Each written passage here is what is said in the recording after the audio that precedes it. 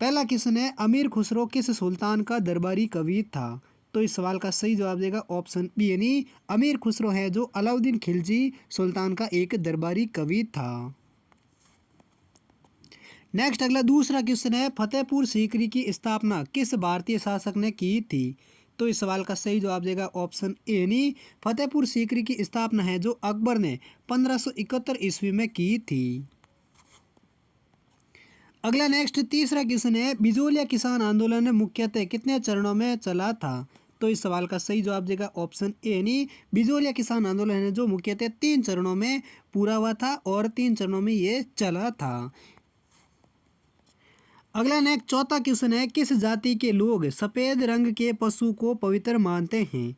तो इस सवाल का सही जवाब देगा ऑप्शन ए यानी ग्रासीय जनजाति के लोग हैं जो सफ़ेद रंग के पशु को पवित्र मानते हैं। और ग्रासीय जनजाति के लोग हैं वो सर्वाधिक उदयपुर और सिरोही जिले में सबसे अधिक रहते हैं। कहाँ पर रहते हैं ग्रासीय जाति के लोग सबसे ज़्यादा?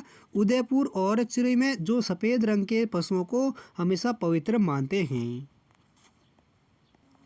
नेक्स्ट अगला पांचवा क्वेश्चन है कोटा प्रजामंडल की स्थापना किसने की थी? तो इस सवाल का भी सही जवाब देगा ऑप्शन ए यानी पंडित नयूनराम शर्मा हैं जिन्होंने 1939 में अभिनव हरि के साथ मिलकर कोटा प्रजामंडल की स्थापना की थी। किसके साथ मिलकर? अभिनव हरि के साथ मिलकर 1939 में पंडित नयूनराम शर्मा हैं जिन्होंने कोटा प्रजामंडल की स्थापना की थी। नेक्स्ट अगला छठा क्वेश्चन है राजस्थान की भीनमाल कस्बे में आने वाली चीनी यात्री कौन था? तो इस सवाल का सही जवाब देगा ऑप्शन है बी यानी राजस्थान के भीनमाल कस्बे में आने वाला चीनी यात्री है वो हैंसकांग था। और हैंसकांग है राजस्थान के भीनमाल जालोर में आने वाला पहला चीनी यात्री था।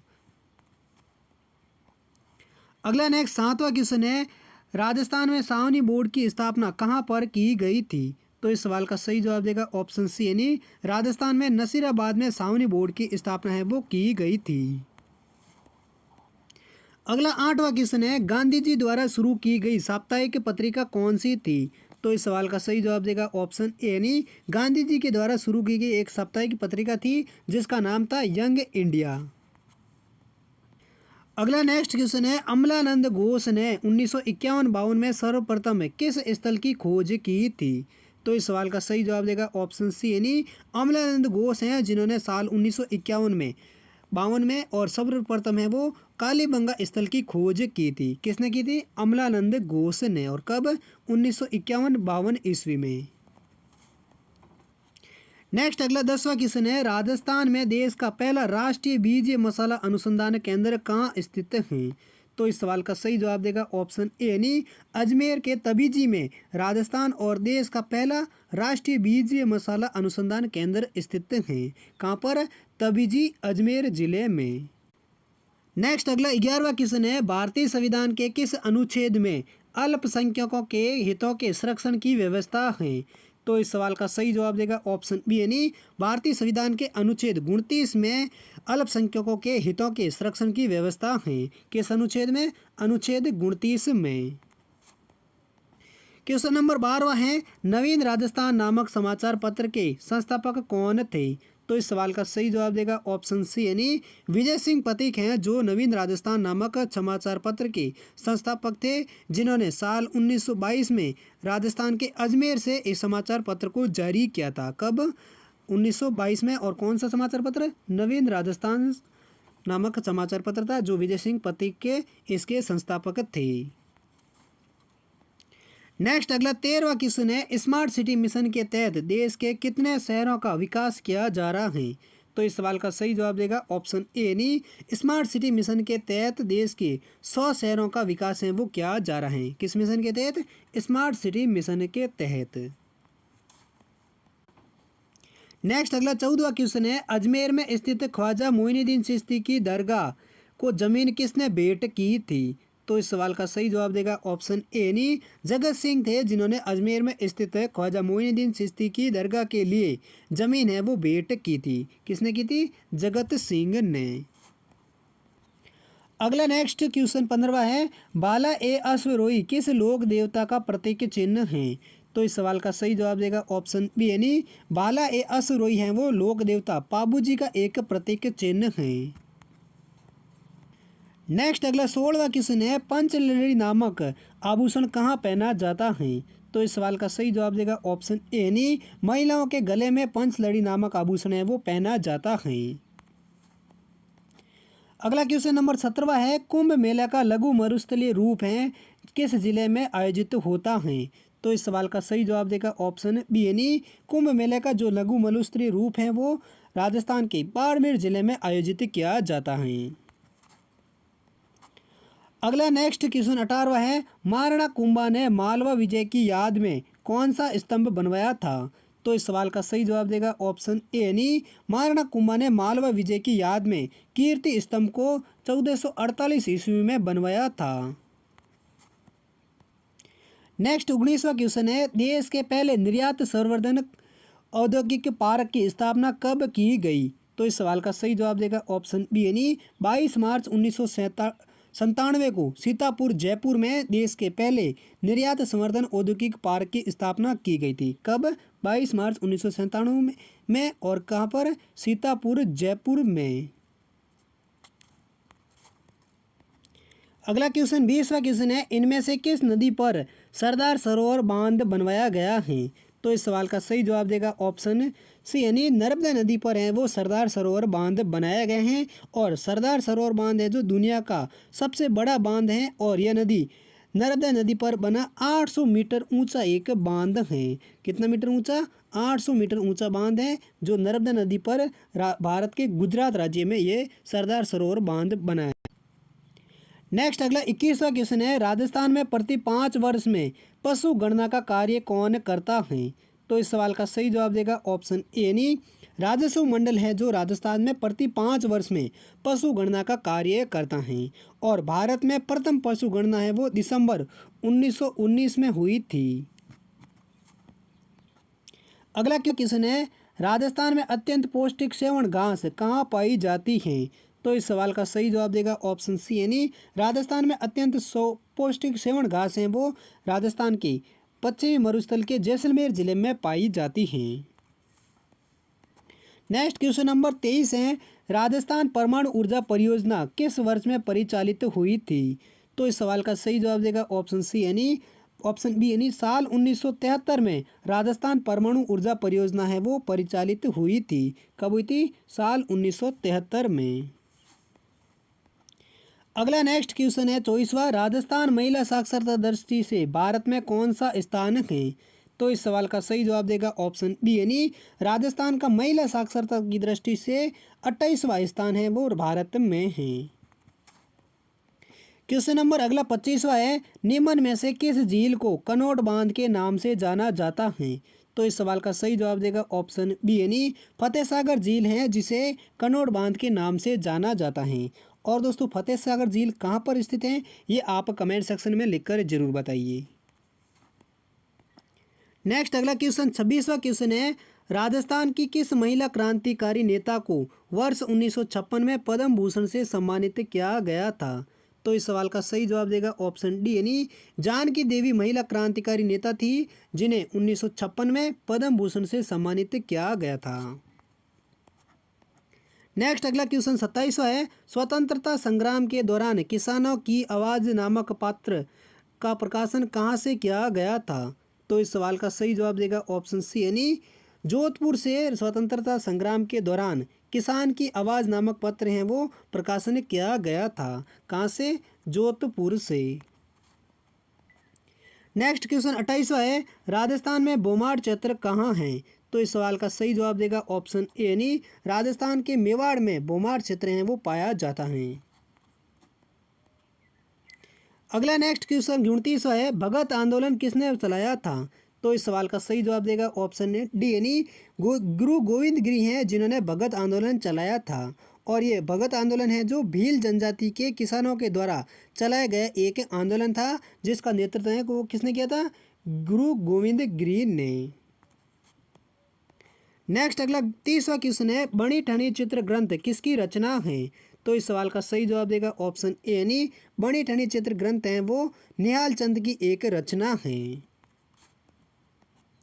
अगला नेक्स्ट 31वां क्वेश्चन है, राजस्थानी चित्रकला का सबसे पहले वैज्ञानिक विभाजन किसने किया था?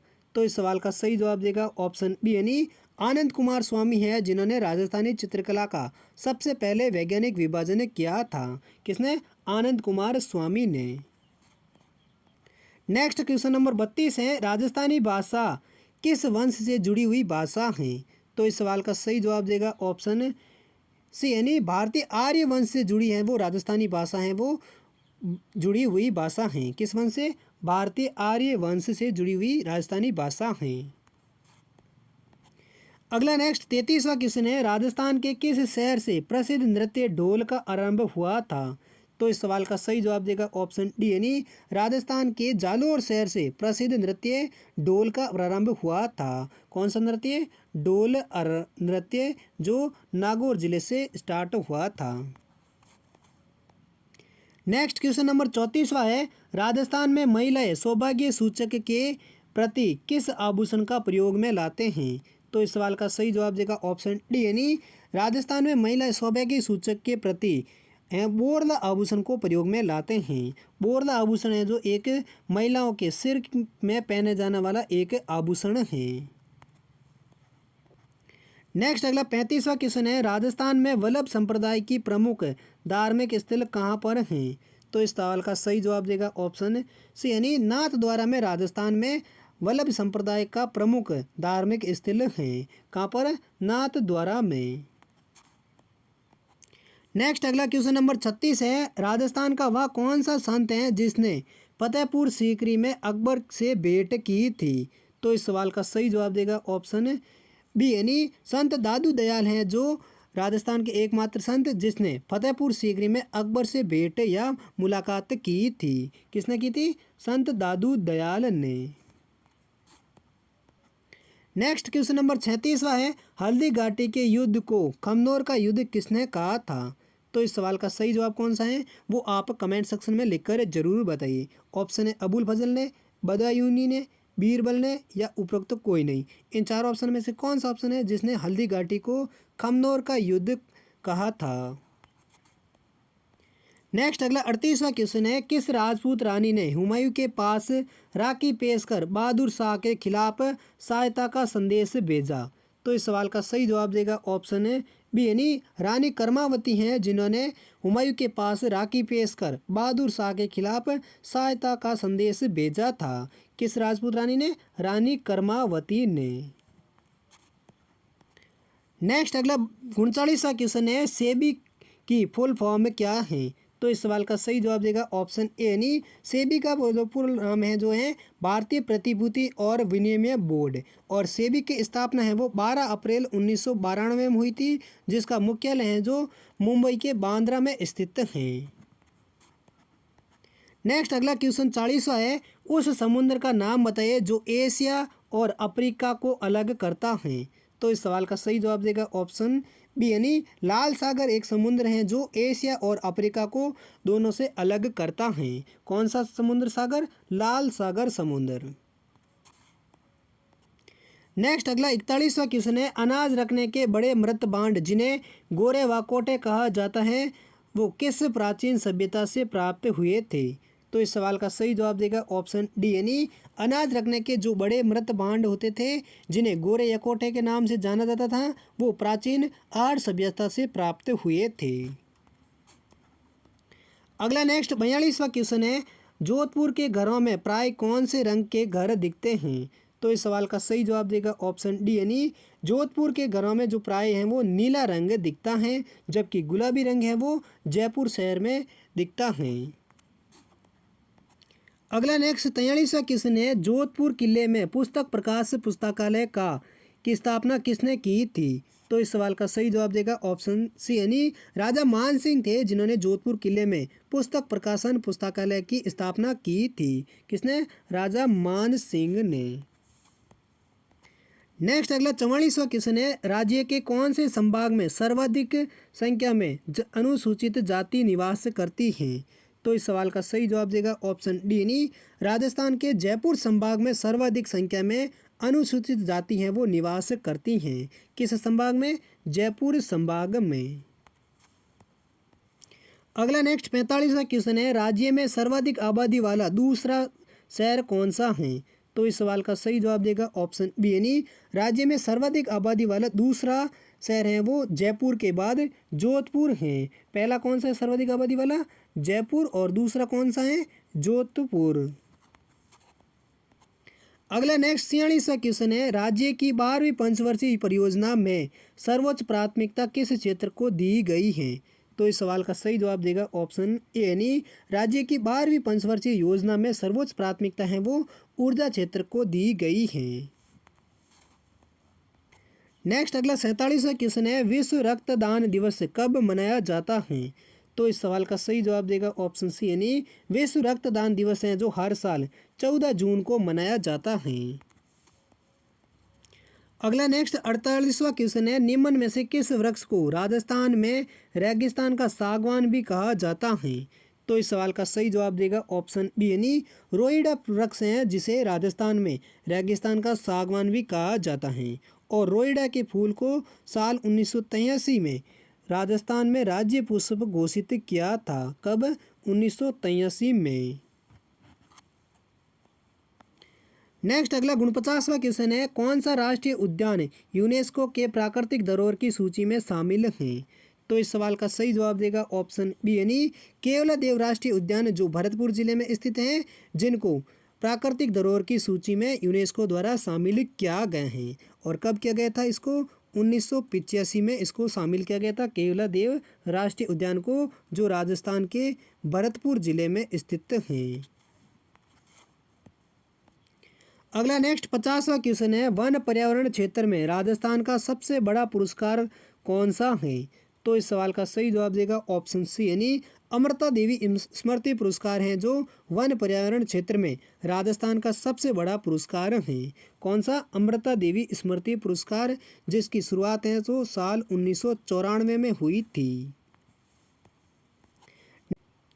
अगला नेक्स्ट 51वां क्वेश्चन है, मरुवाणी क्या है? तो इस सवाल का सही जवाब देगा ऑप्शन ए यानी राजस्थानी भाषा की मासिक एक पत्रिका है जिसे मरुवाणी के नाम से जाना जाता है। नेक्स्ट अगला 52वां क्वेश्चन है, राजस्थान राज्य का प्रथम जैविक उद्यान कौन सा है?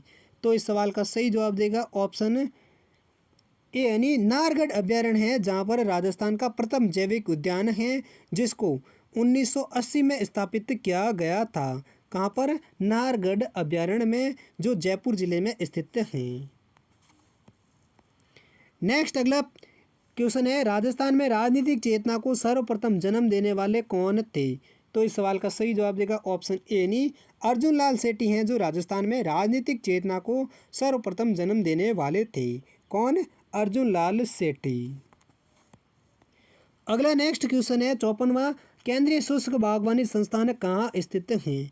तो दोस्तों इस सवाल का सही जवाब कौन सा है वो आप कमेंट सेक्शन में लिखकर जरूर बताइए। ऑप्शन है उदयपुर, जोधपुर, गंगानगर या बीकानेर।